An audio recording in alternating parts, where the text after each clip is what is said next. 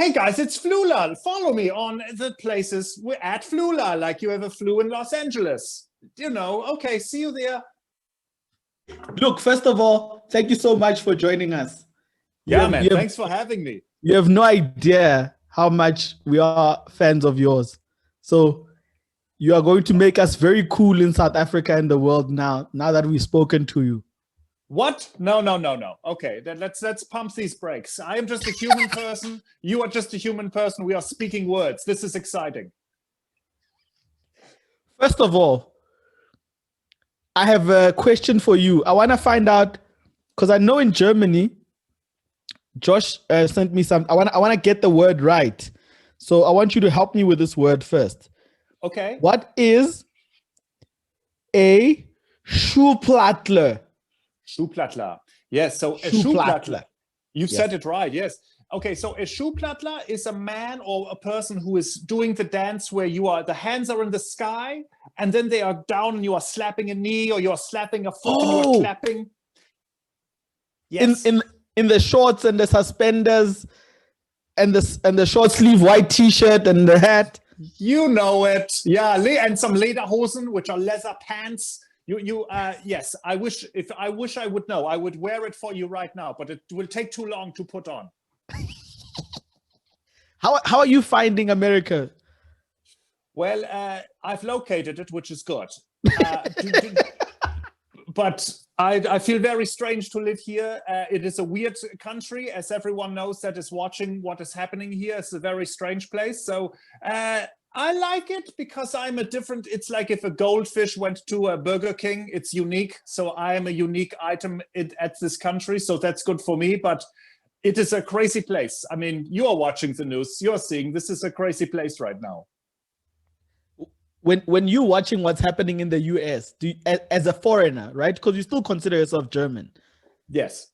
What goes through your mind? Because you can either have two reactions here. You can either feel sympathy or you can go, well, how do you like them apples?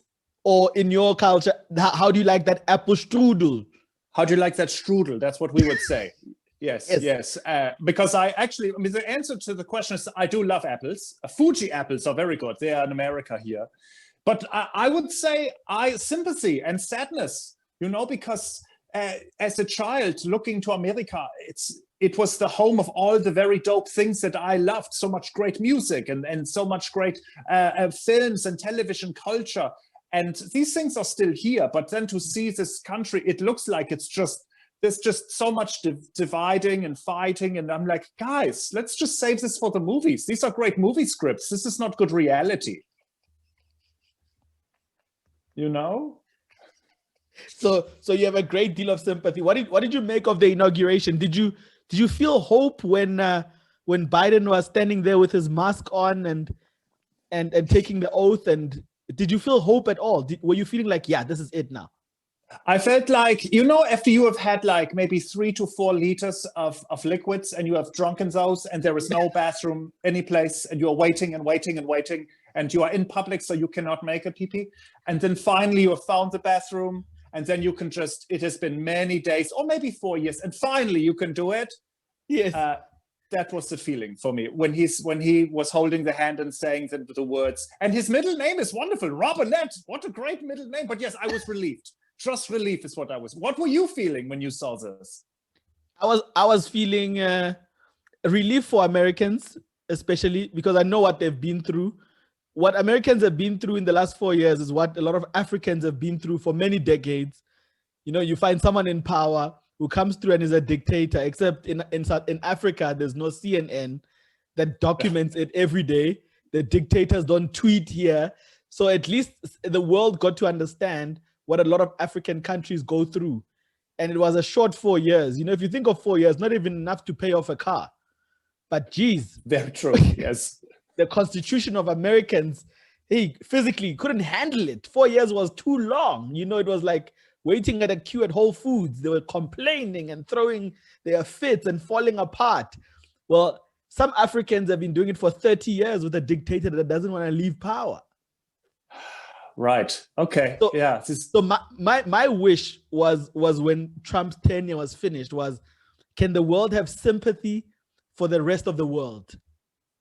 Does that make any sense? Because we as foreigners to America, we sympathize with America because when something destabilizes our image of America, we feel distraught because we consume American television, we consume American brands. So when something doesn't look right there, it almost feels like the whole world is falling apart.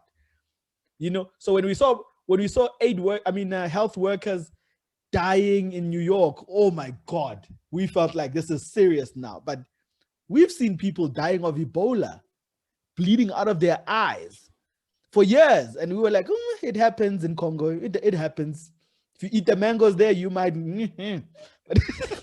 It's the mangoes. Okay, good tip. I'll write this down. No mangoes in the Congo. Easy, it rhymes a little bit. So this would be easy. Okay. But when it happened next to a Starbucks, oh my God. Oh, what? A cappuccino has been ruined. What?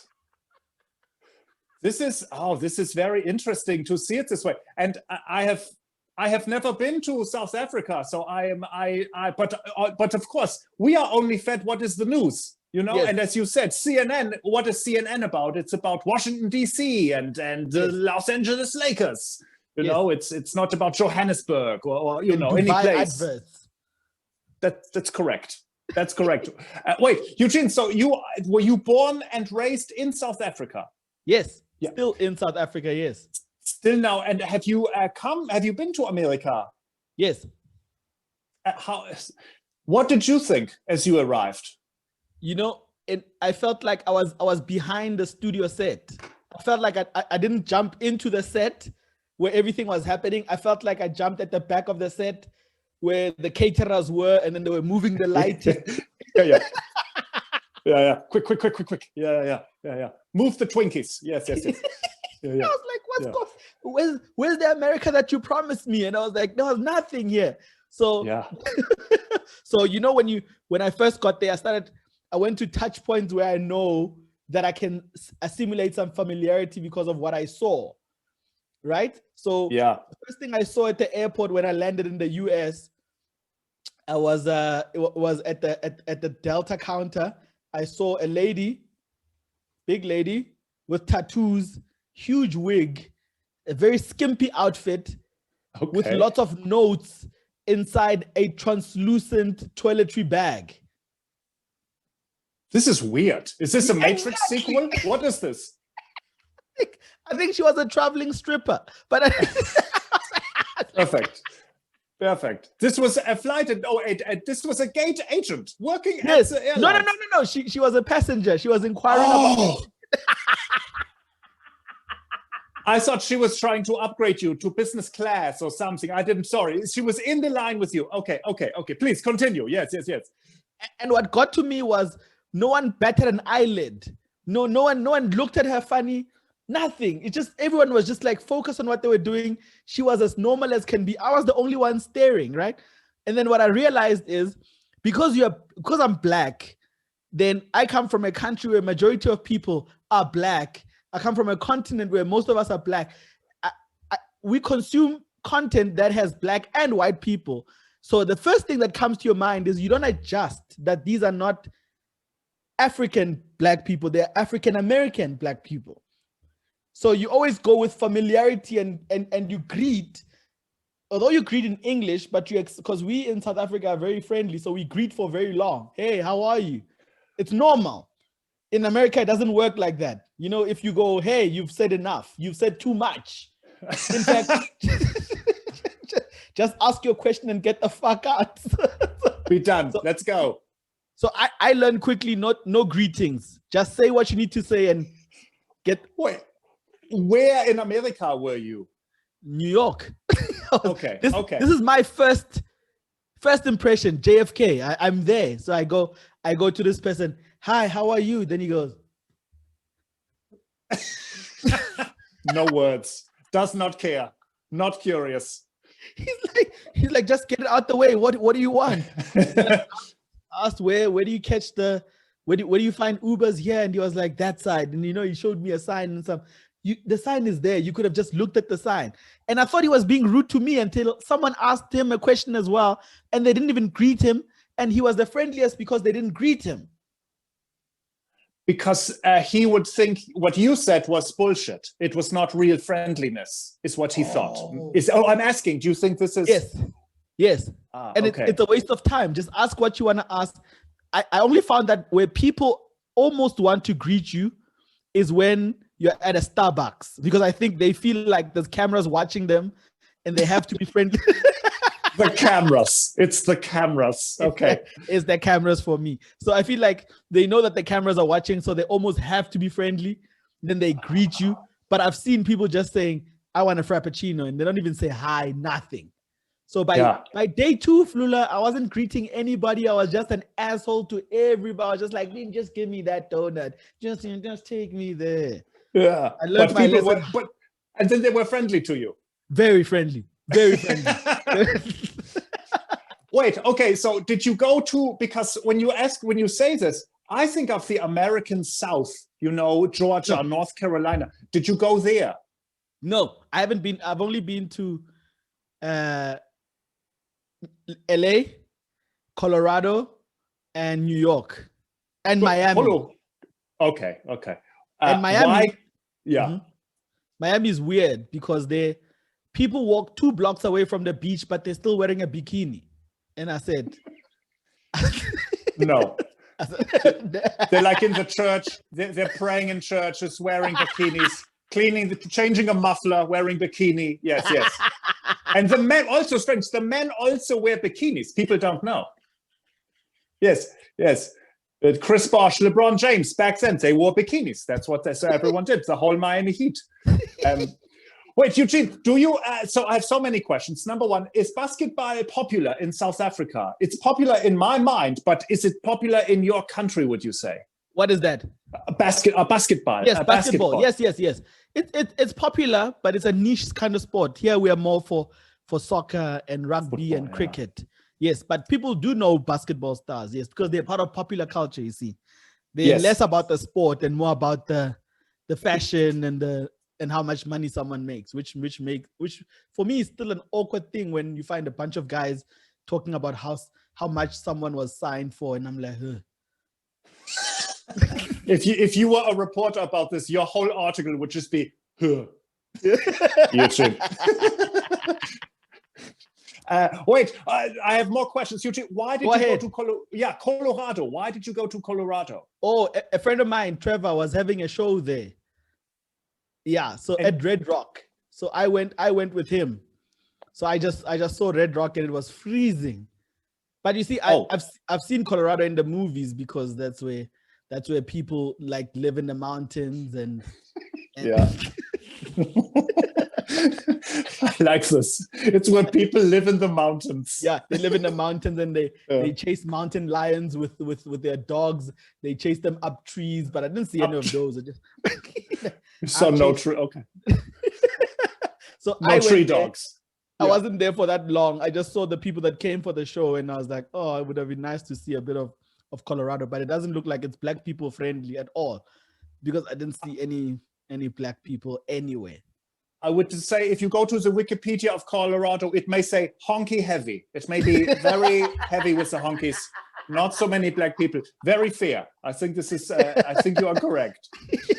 Wait, and you went to Los Angeles also? Yes.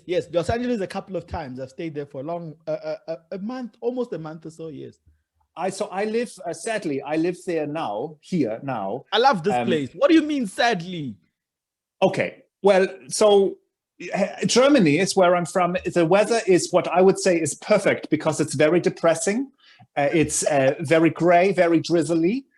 And Los Angeles does not receive this weather. It's like maybe 3 weeks of like weather. And then everything else is just sun. And I hate it so very much. Really? Oh, yes. And it's no snow. I love the sun. Yeah, but I imagine. Okay, so the question, I have not been to South Africa. Yes. What would you say the weather there is similar to Los Angeles?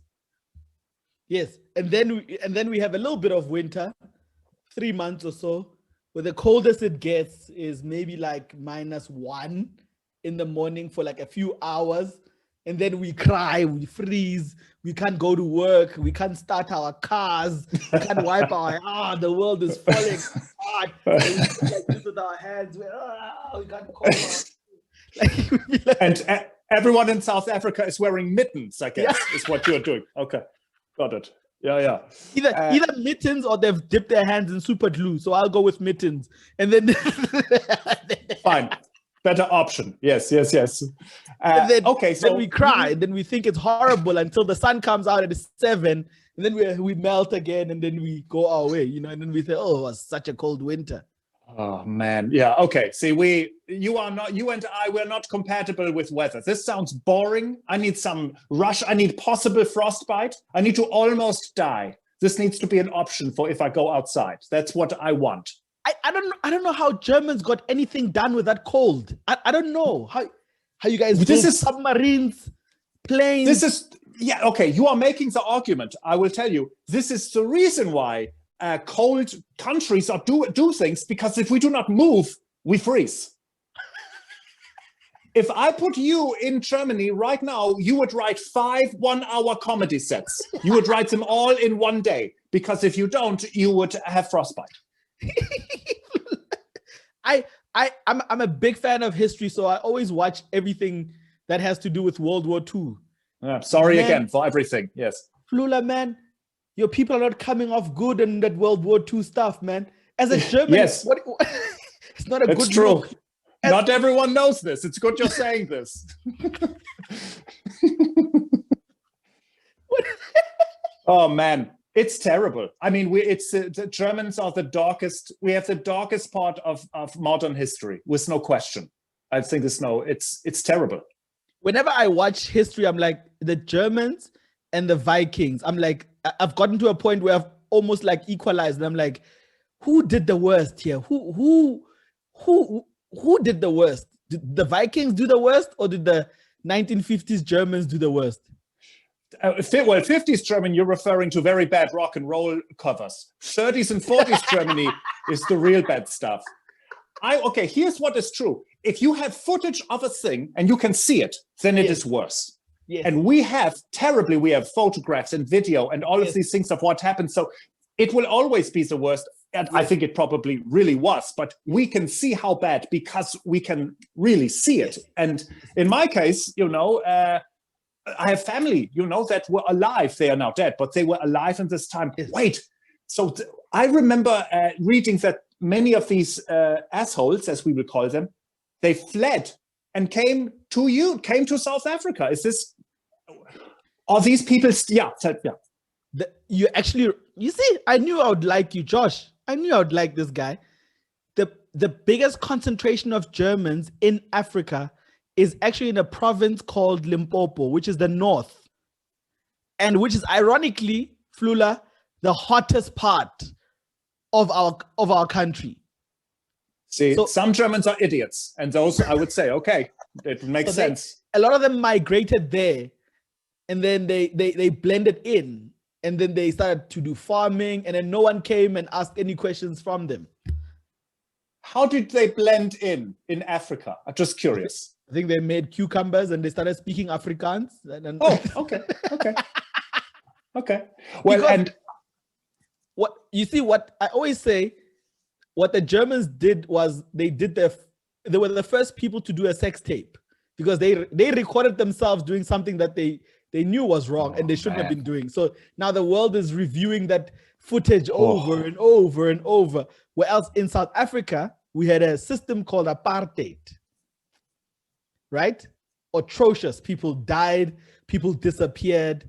It was modern racism, but it was just a system that was horrendous. And I always say, with these two things, the similarities, and you can see how in our country, the architect of apartheid, there's a guy called Dr. Verwoerd. He was the architect of this whole thing. He thought to himself, I'm going to create a system that segregates people based on their color, and then next of their culture, and then next of their race. You see, so it was systematic, because it was even discriminatory to other white people. So unless you were Afrikaans, you were living the life.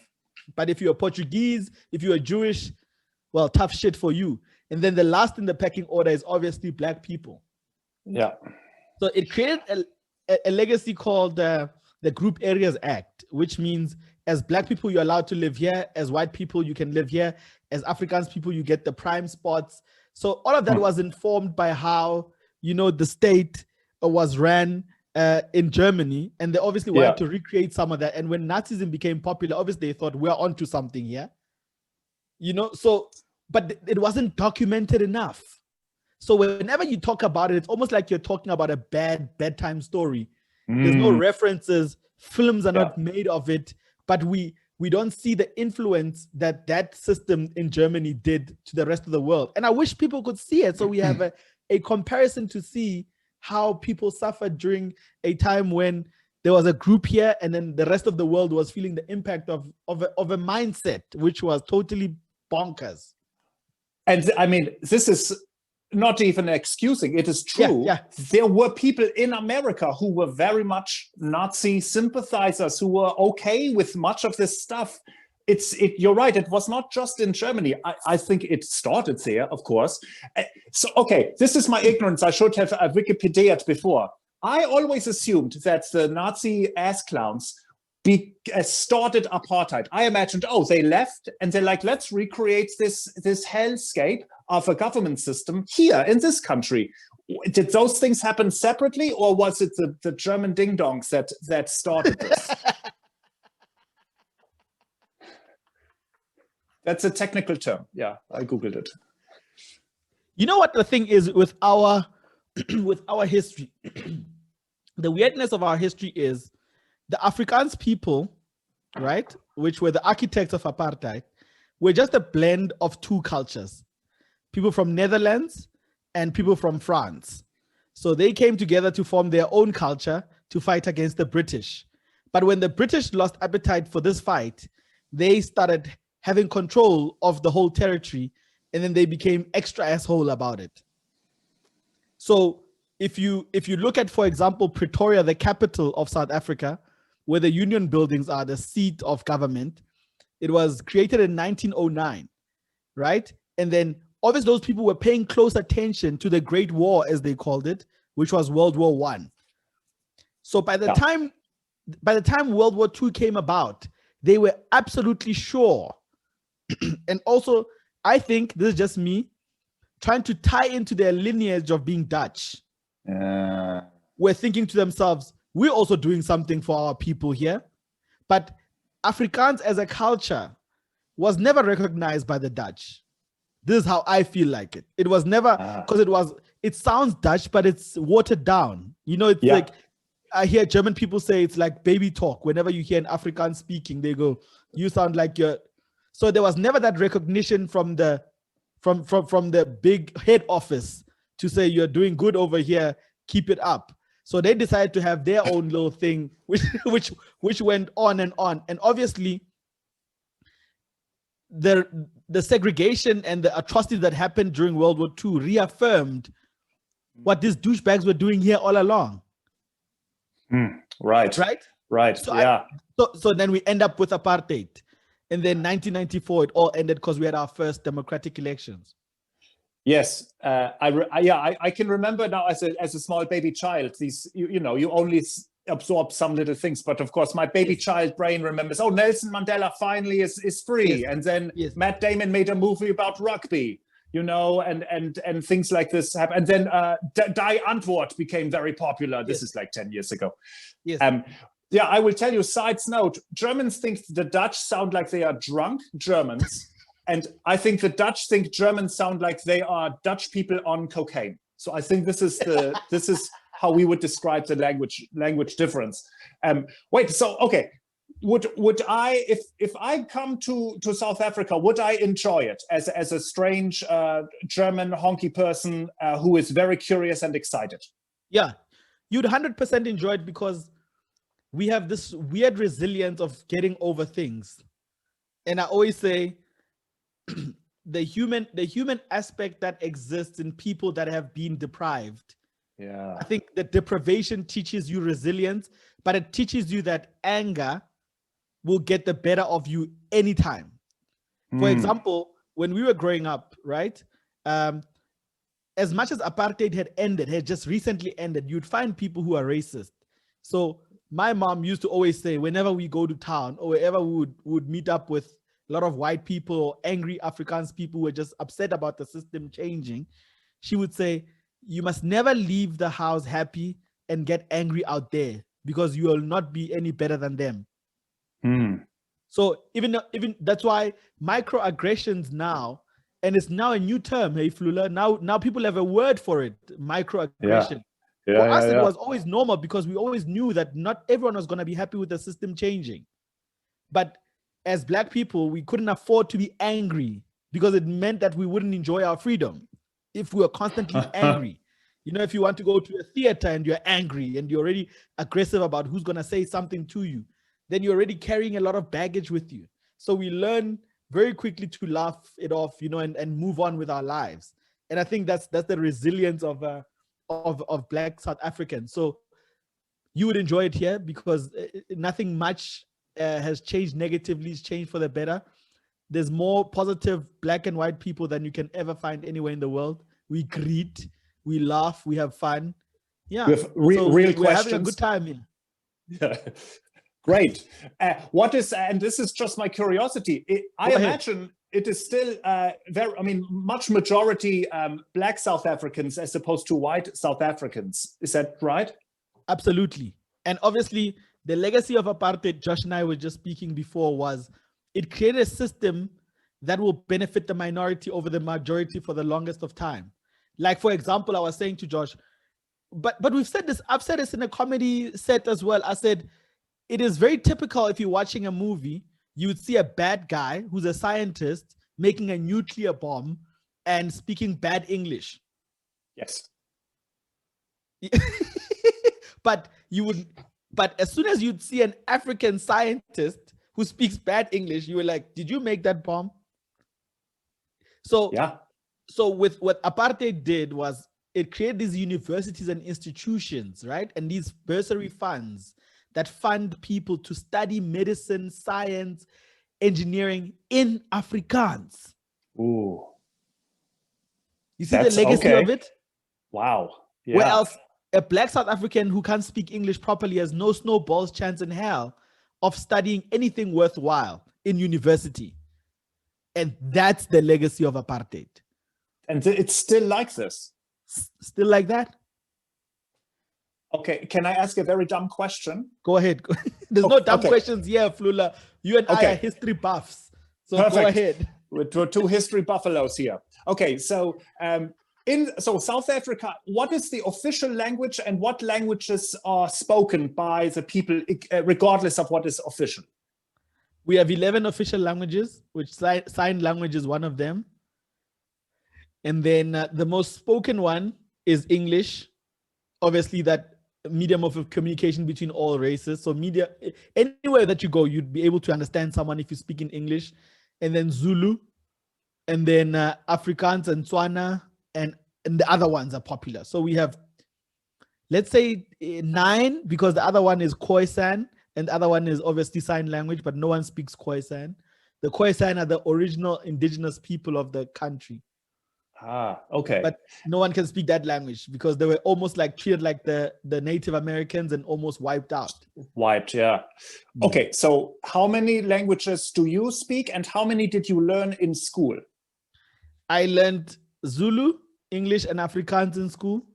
And then the rest, Tswana, Sotho, Zulu, Xhosa, Pedi, and Tsonga and Venda are self-taught. So I speak 9. Okay, that's okay. I feel okay. Great, good. I'm the Forrest Gump in this situation. So when you're performing your comedy, do you use which language is your language of choice, or does it not matter at all?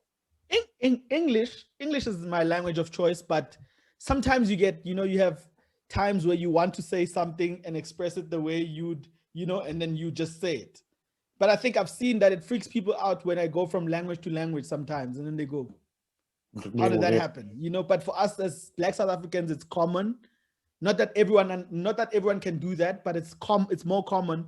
But a white person would not be able to distinguish between the indigenous languages. But it's only with black crowds where if you switch a language, you switch it because you want to make a point.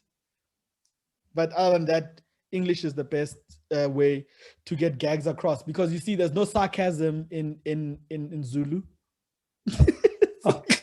Okay, this is tricky. Okay. So you struggle, and also there's other things that won't translate as well. So English becomes almost like a shorthand to say something that you want to say and get your message across. And luckily, most people here understand and speak English very well. And so when you are cultivating your comedy, are you thinking about your audience?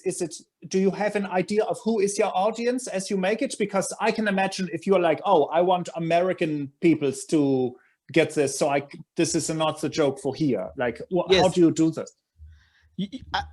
My method is I just try and see what people are feeling like. I always try to put myself in the audience's position, Then I go, what would I want to hear now? And I know that's the hardest way to do it. And I know every time I try to do it, I'm setting my I'm setting myself up, but I can't help but always like empathize for the audience and just want to give them the best that they can get. Because sometimes, Flula, you go to an audience, you're not doing your best, but you just did it for them. Yeah. Because you're like, I can be self-serving right now and do it for me, and leave here knowing that I've ticked my gags. I can say I did this bit about this thing, that I did this, or you can go out there and when you go home, you're like, that was a bit mediocre, but did they have fun? Yeah.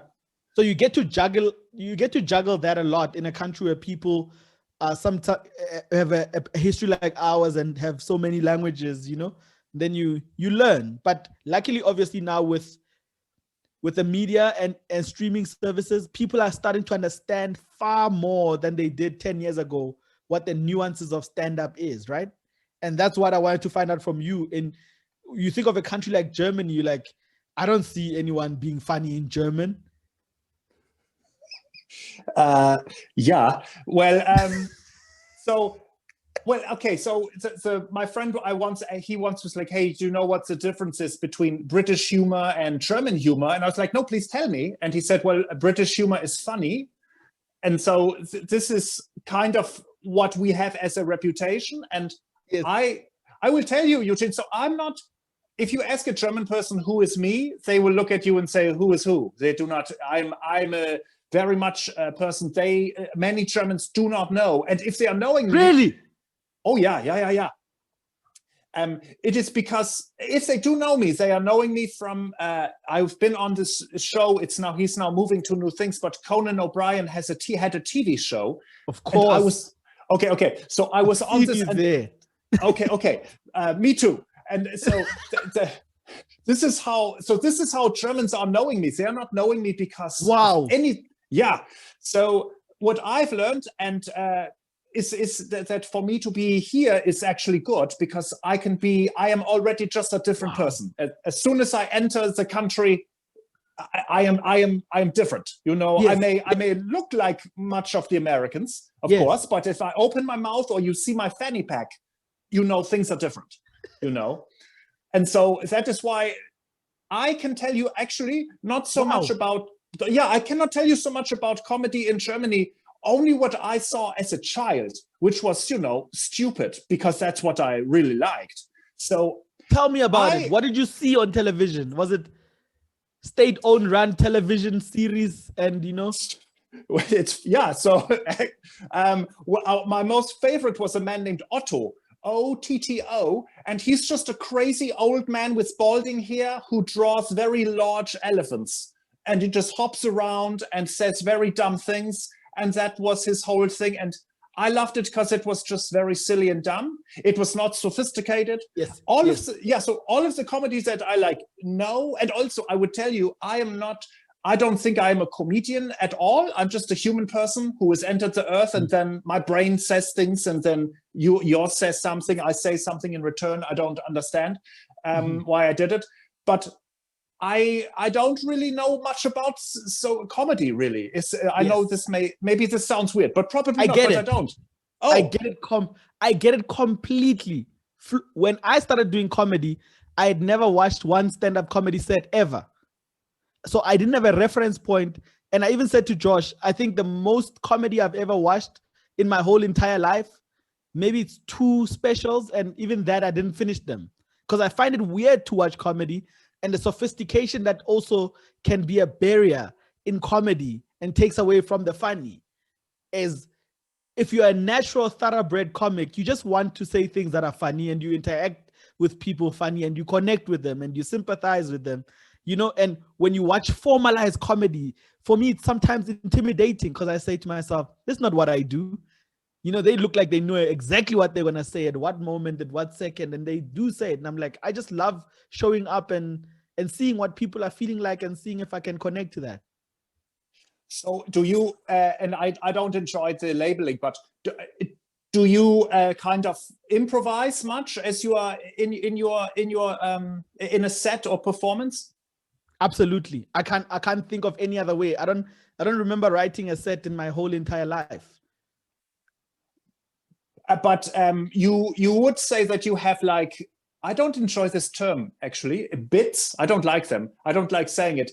It feels like you are minimizing a thing that is very good sometimes. But yes, do you have these kinds of bits that, you know, oh well, I have these things in my closet? Yes. It becomes natural to do that over time, and I think it's people like us who are self-taught that always have that shelf of these basic ingredients. You know, you have flour, you have eggs, you have milk, and you have a bowl, you have a whisk. But what you're gonna make? Are you gonna make a croissant? Are you gonna make a, you know, strudel? Are you gonna? It just depends what's in season. You know, you like, I see apples, they're in season, I'm gonna make a pie. So, but I feel like that's the best way to do comedy. It makes me feel alive. That's really great. And I have noticed I enjoy to watch this the most, because you can see it in the eyes when it's clear, oh, they don't know what is going to happen, and nobody knows. It's like a danger chaos, which is very fun. You know what it is, Flula? I've actually figured it out.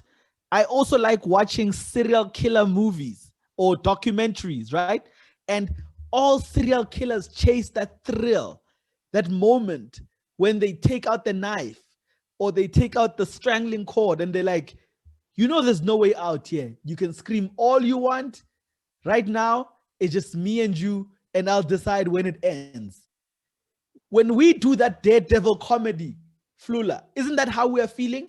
When you're sitting in that chair and you're watching Conan O'Brien's eyes, you know, and he doesn't know what's going to happen. You're looking at the director, you're looking at the producer, you're hearing the sound people talking to him, you know, you enjoy that. That brings a thrill to you, right? When they don't know what's going to happen. I will say yes. And I have never connected this. I have never connected this to Jeffrey Dahmer. This is terrifying. I now need to change careers. Thank you. I'm just going to become a fireman now. But I do understand what there is a very deep thrill. And the person, what I don't understand is a person that is on the stage or with the microphone is having all of the control, which is a very crazy thing. Yeah. Yes. How's that different from what I just described? Here's someone who... There's no knives and there's no ropes and hopefully no one dies. Hopefully. That's just to answer your question. Yeah. You are in the next Suicide Squad movie.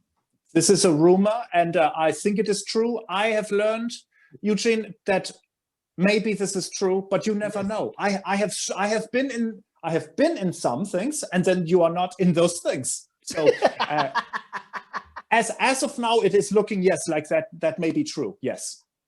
How does that feel? If let's say it is true, how does that feel? How do you make that make sense in your universe, in your mind, as a kid that came from Germany, who liked watching Otto, and then who just loved laughing at funny things and saying funny things, and next thing, here you are sitting in a country with the weather opposite from where you came from, and then they say you might wink be doing this thing that we can't talk about.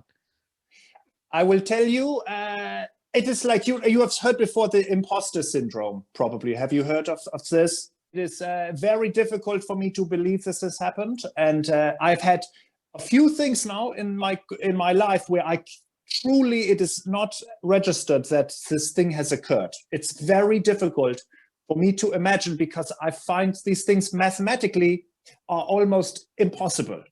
Yes.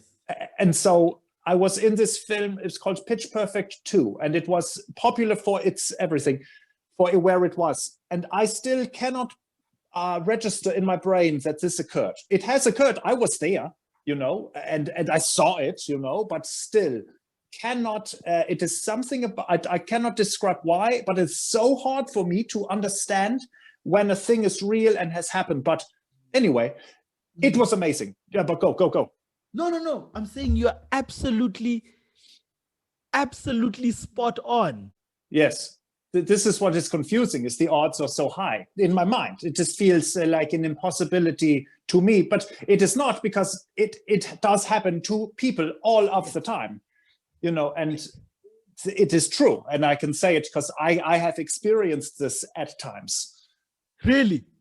Well, yeah, the suicides were just to experience any kind of success of any time. It's like, well, it does happen. Things can happen to people, even though I think they are impossible. So impossible that when they happen to me, I can't, I do not know if this is true, but I've read stuff where when the indigenous people of America first saw boats coming to the shore, I either did not see them or thought they were mirages, because it was something they had never seen before. They could not register this as a real thing.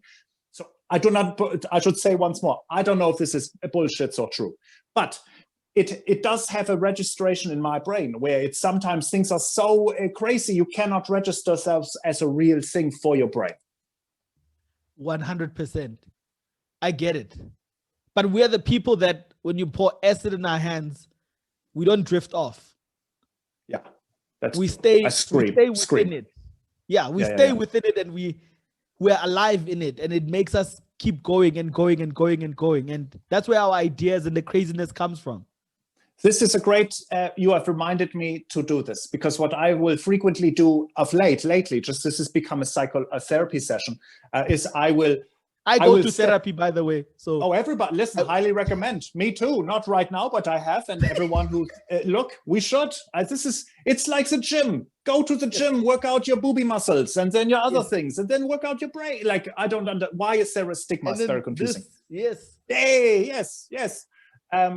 Oh, scheiße, what was I saying? Oh, you're saying you do this now? Yes. I do it. I take my foot away from the brakes, and it's a mistake. I think you shouldn't be like, you should continue, like, pound it. If you know it is a good thing and you are having a good time and things are successful, I know it's not a great, what I'm saying, but does this make sense? This probably does not. 100%. We have this segment in our podcast where it's the craziest story that you can ever think of that has happened to you. Which, even if you told someone and they think you made this up, you're like, I didn't make it up. It's just like, it's a crazy thing. You've already told us a lot of crazy stuff, but if you have one, that would be cool. This would be, describe the story basis again, the craziest, say one more time. It's like a craziest thing that has ever happened, whether it's unbelievable or it's something that you made up, or it happened when you were growing up, just a thing where it blew your mind, or maybe the first time you went on a Hollywood set and you saw someone that you've seen in movies, and you're like, and they asked you for a dumb thing, and you're like, did you just ask me for this? Yeah. Okay, I have many. I should tell you, Eugene, I'm terrible with stories. So just remember when I said this, because this is a terrible story. It is not good, but I'm going to do it. I was in New York, in our favorite city, in New York, the friendly peoples.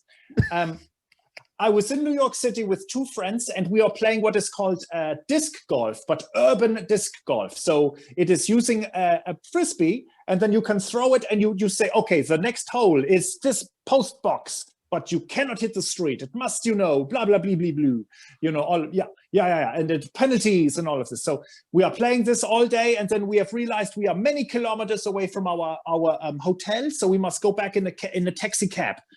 And so we are waiting for the cabs. This is not cabs is not a normal thing for me, taxis, but we do it. And then we are talking about, do you know the movie Coneheads? You heard of this film? It is with, Dan Aykroyd and a woman, I cannot remember her name. Yes. Okay. So we are talking about this and he, very funny. And then we are nailing the cab. And as the cab arrives, it opens because they are letting out guests. We have received a lucky time. The cab is stopping and we are needing a cab. Who comes out of the cab? Dan Aykroyd. No. Yes. And you were just talking about the movie Coneheads. Yes. And he steps up and he knows because it was me and my two friends. We were learning about improv comedy. So we are all knowing this person and we are all just staring at we've just seen a frozen squirrel or something. We're just staring. And he just looks at us and all he says is, yep.